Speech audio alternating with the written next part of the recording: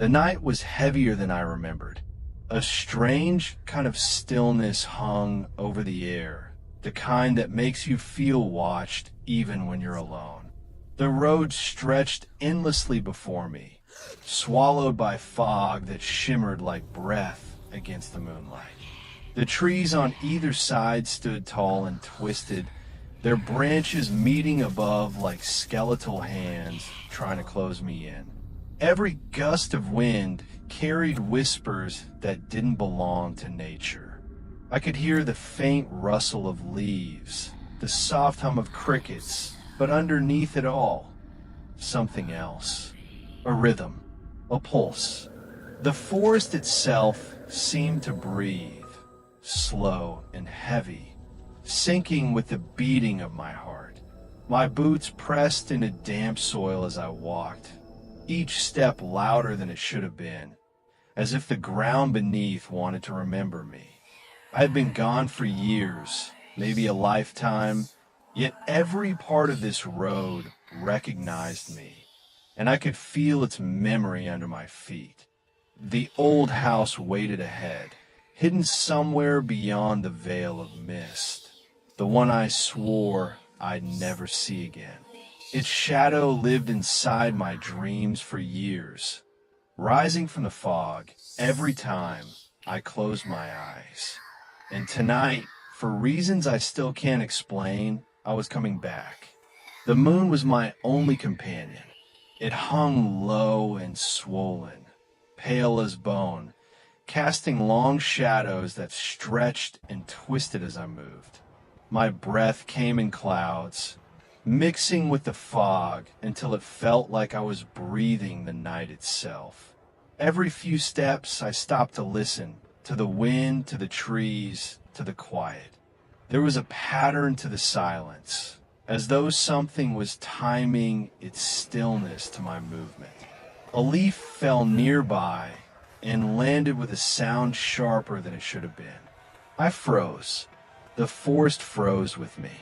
For a heartbeat, nothing moved. Then, from far away, a faint metallic creak drifted through the air, the sound of a door slowly opening. My chest tightened. The house. It was already awake. When I reached the gate, it was just as I remembered, half buried in weeds, rust eating. I started down the path slowly, each step releasing the soft crunch of gravel underfoot. The fog brushed against my legs as if reluctant to let go, curling around my ankles in wisps before dissolving. The trees formed a quiet corridor, their trunks striped with morning light. Every few paces I caught the flicker of movement, a leaf falling, a branch straightening, the small rituals of a world waking up. I realized I could hear my own footsteps clearly again, not muffled, not echoed, but real. It had been so long since sound had felt honest. The farther I walked, the lighter I became. With every breath, the cold left my lungs, replaced by something calmer. Acceptance, perhaps, or forgiveness, though I wasn't sure of what or whom. The memories of the night followed me only faintly now, like the echo of waves long after the sea has gone quiet. The whisper, the hum, the weight of the walls, all had folded back into silence. What remained was the road and the growing warmth of the sun brushing across the fog's retreat. At a bend in the path, I turned back once more. The house was nearly gone from view, half swallowed by distance and haze. Only the top of the chimney still showed, and a single glint of light in one window, perhaps the sun catching glass, or perhaps a final farewell. Either way, I nodded a quiet acknowledgement between two things that had finally understood each other. "Thank you," I said aloud, my voice carried off by the wind before it could echo. I didn't know if I meant it for the house, for the past, or for the person I used to be. Maybe all of them deserved to hear it. The hallway stretched longer than it should have, the far end swallowed by darkness. Old wallpaper peeled from the walls, curling at the edges like pages in an ancient book. The scent of something burnt lingered faintly. A soft hum vibrated through the floor, low, steady, mechanical. Somewhere in the distance, something ticked like an old clock refusing to die. As I moved deeper inside, I could feel the air pressing against me, thick and almost wet. I brushed past a hanging picture frame, and it swung slightly, creaking as if acknowledging me. The portrait inside was faded, but I could still make out a family. Mother, father, 2 children, all smiling. The faces were kind but blurred, except for one, a boy standing in the corner, staring directly at me. His eyes were clear, unblinking. My breath hitched. That was me. The light flickered. For a moment, everything seemed to shudder. The air, the walls, even the sound of my breathing.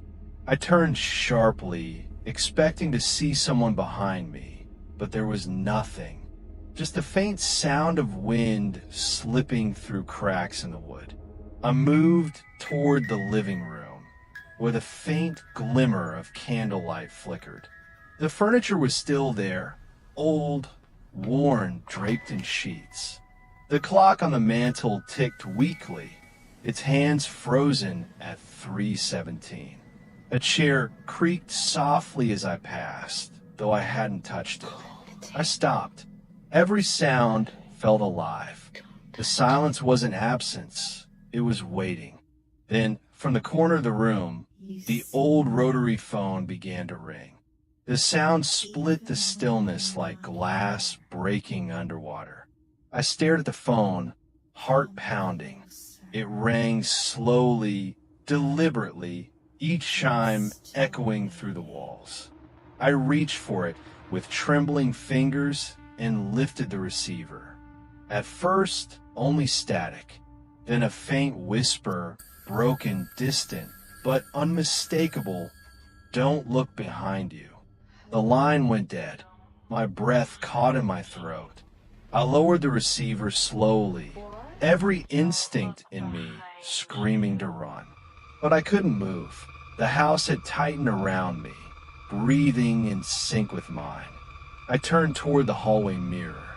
My reflection stared back, pale, shaking, but something was off. The mirror was cracked, and in the fractures, my reflection moved out of sync. The other me smiled faintly, eyes dark and calm. My reflection lifted its hand a moment before I did. My heart hammered. I stepped closer, breath shallow, and the reflection tilted its head, not mine, just slightly, enough to let me know it was alive. I whispered under my breath, "This isn't real," but it smiled wider, and behind that fractured grin, the glass seemed to ripple like water. The floorboards groaned behind me. I turned, nothing, just air, shadows, and silence. When I looked back at the mirror, it was empty. My reflection was gone. A small sound, metallic, broke the tension. Something clattered onto the floor by my feet.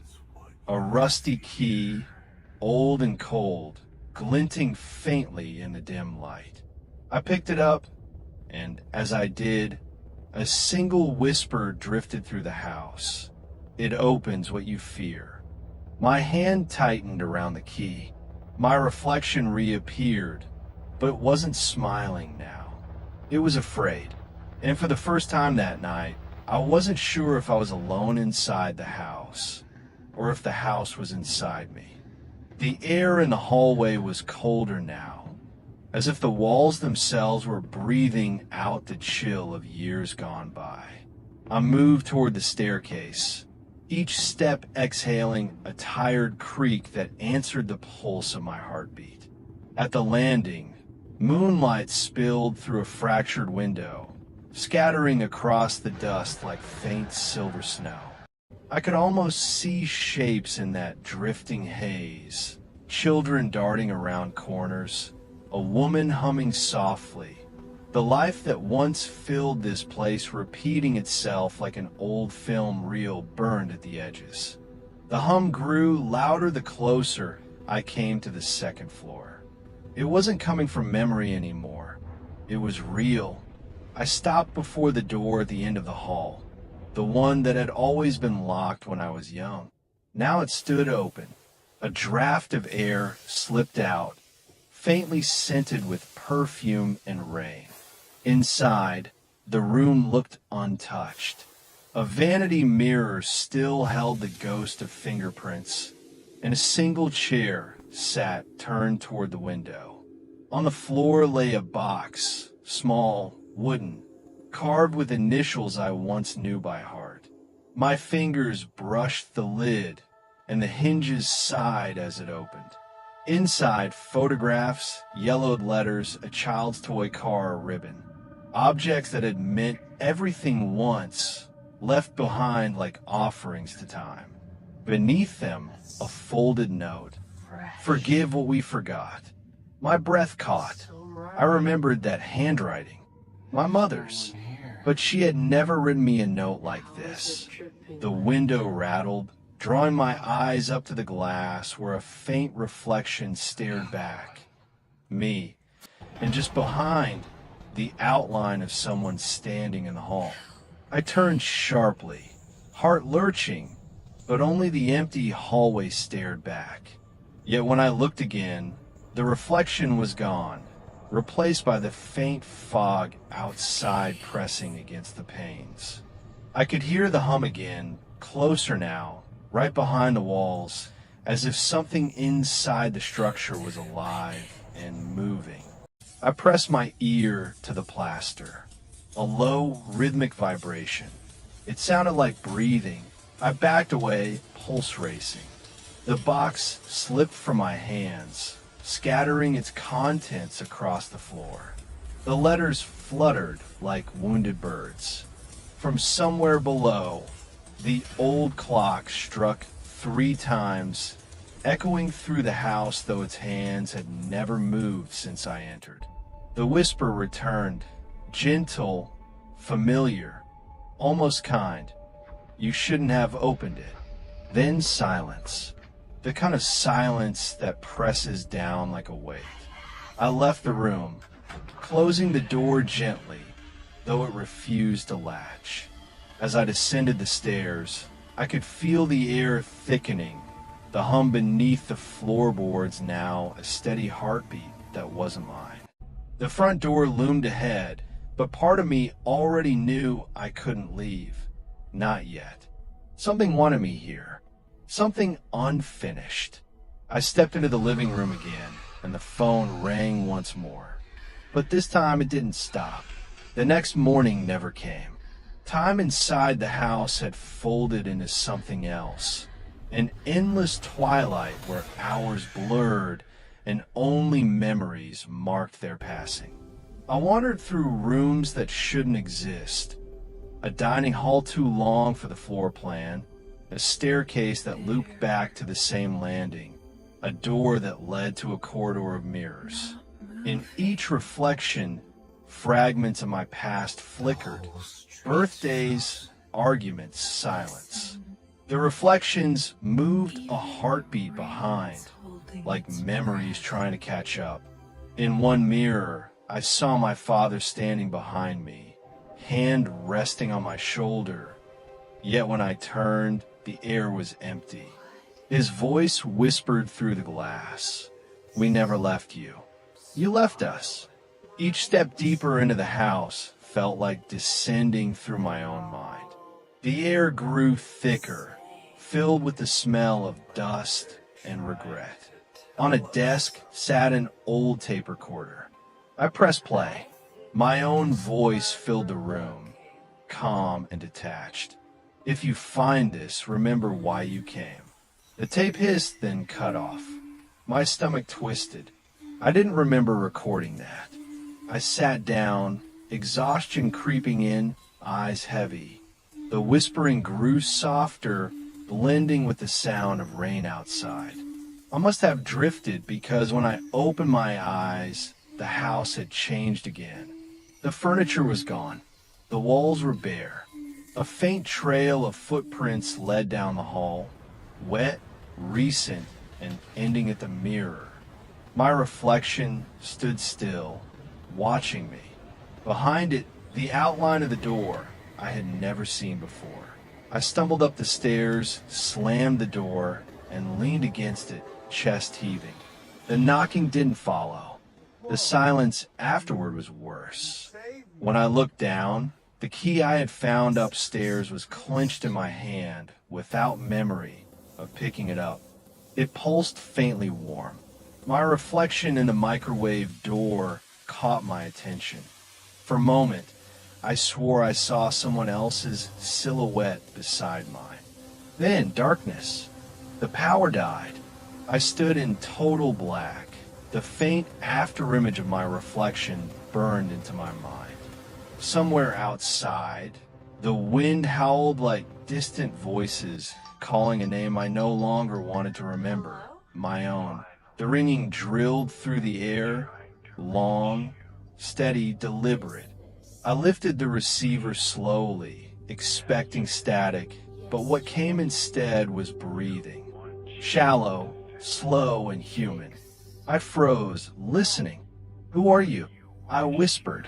A pause, then a voice, cracked and old, almost a whisper inside my skull. "You never left." The line clicked dead, but the voice didn't stop. It lingered, faintly echoing through the walls. I set the receiver down and backed away, pulse pounding in my ears. The lights flickered once, twice, then steadied.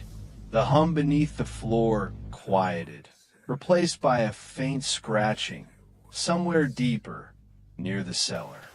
I hadn't thought of the cellar in years.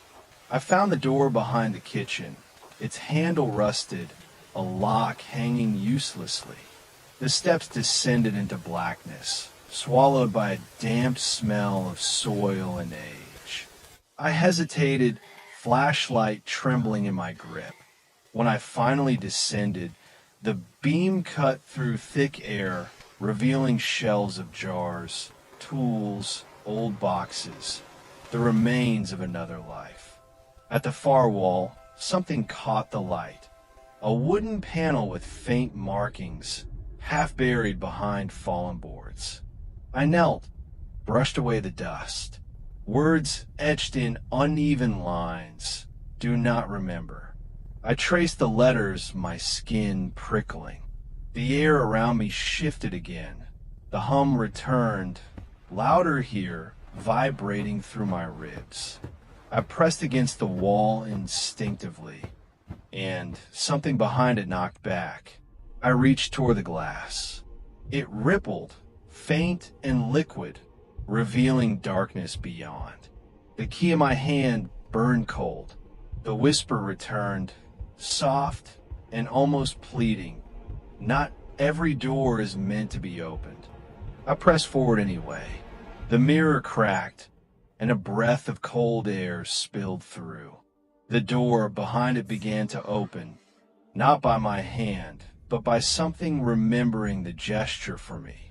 I stepped through, and everything, light, air, sound, folded into white silence. I found myself standing in what felt like the same house, but it wasn't. The air was sharper, newer, as if time had rewound itself. Through the windows, daylight glowed faintly, painting the world in sepia. I could hear laughter upstairs, the sound of my parents talking, the smell of something cooking. For a moment, I thought I had escaped. Then I saw the table, set for 4, but one chair empty. My own. The version of me at the table was younger, smiling, unaware of the years ahead. The others spoke, their voices distant, as if filtered through water.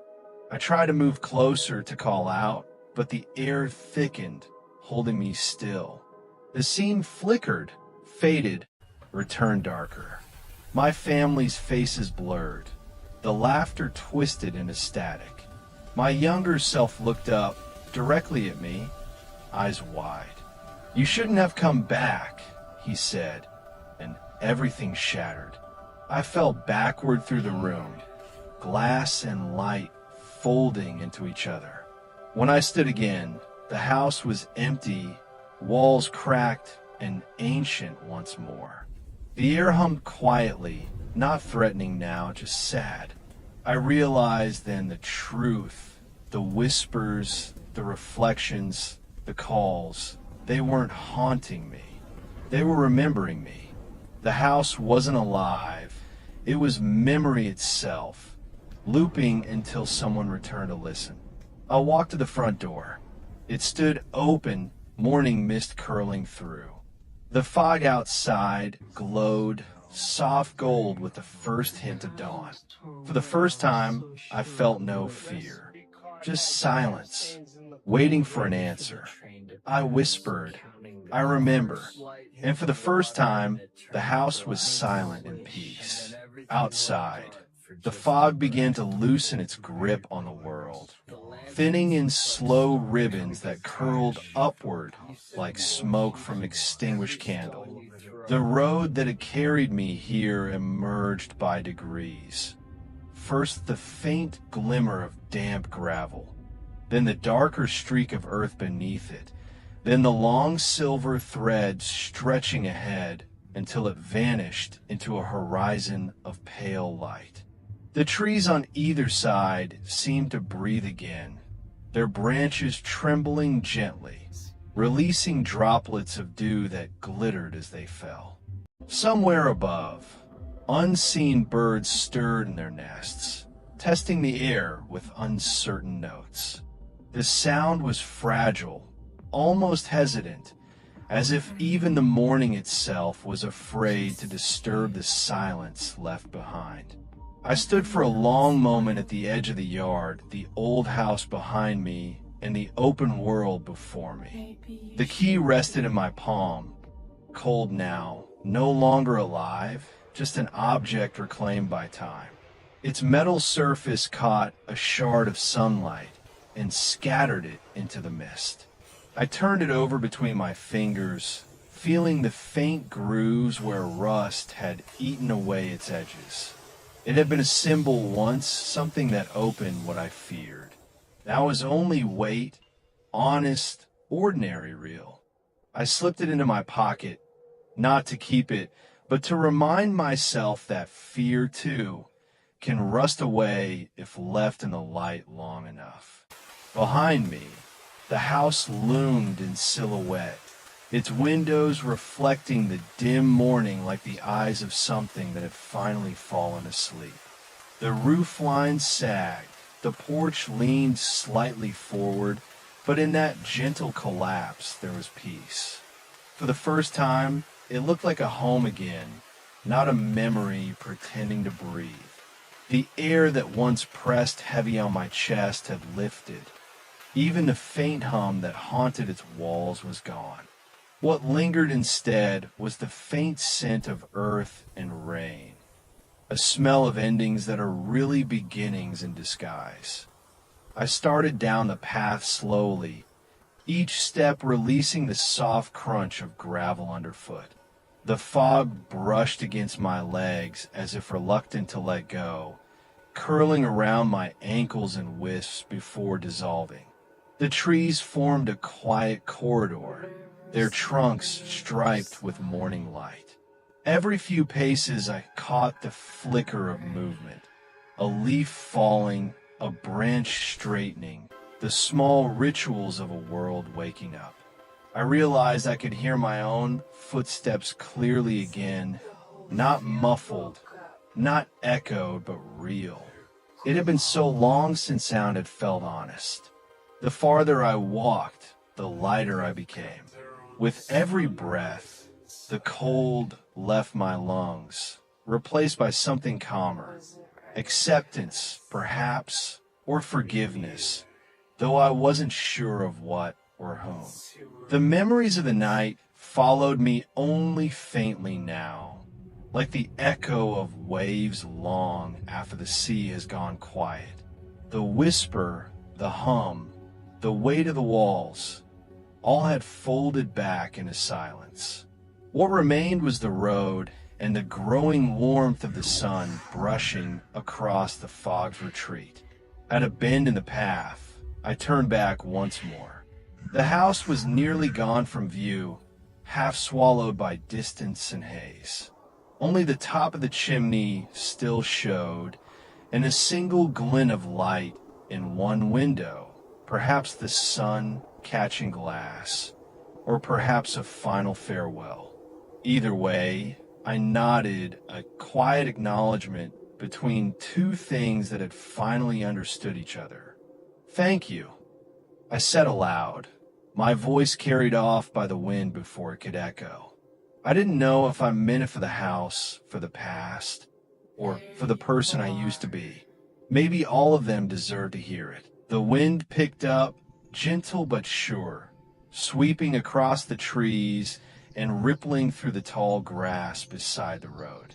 The world smelled clean now, washed by fog and dawn.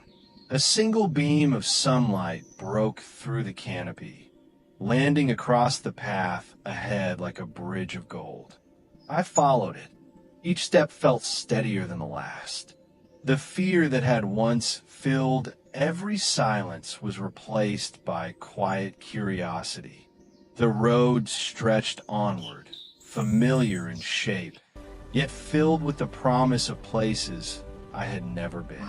For a while I simply walked, listening to the wind, to the faint rustle of life waking beneath the soil, to the rhythm of my own breath sinking with the day. The sky deepened from gray to blue, the colors spreading slow and patient across the horizon. My shadow lengthened behind me, thin at first, then strong, then fading as the sun climbed higher. It felt like proof that I still belonged to this world of light. I passed the old gate, the one that had once moaned like a warning. It hung open now, silent and still. The weeds bowed gently as I brushed past, leaving faint trails of dew across my sleeves. Beyond it, the main road waited broad, empty, endless. The lines of it shimmered with heat that wasn't yet there, like the world promising warmth even before the day had earned it. I stood there between what was and what could be, and felt something quiet settle inside me. I understood then that we never truly leave the places that shaped us. We only learn to walk beside their shadows instead of beneath them. Every memory, every silence, every locked door remains a part of the landscape of who we are. Some doors must stay closed so that others can open. Some houses must sleep so that we can wake. I turned my face toward the light, took one last slow breath, and stepped forward. The fog at last lifted completely. The fields beyond glowed with color, subtle greens, browns, and golds painted by the new sun. Birds crossed the sky in uneven lines, their calls bright and ordinary. Nothing miraculous happened, and that was the miracle. I was simply walking. The road ahead curved out of sight, leading into a world that no longer felt haunted, only alive. My heartbeat fell into rhythm with the sound of the wind, steady and sure, carrying me forward. For the first time in years, the road led somewhere new, and this time I was ready to follow it.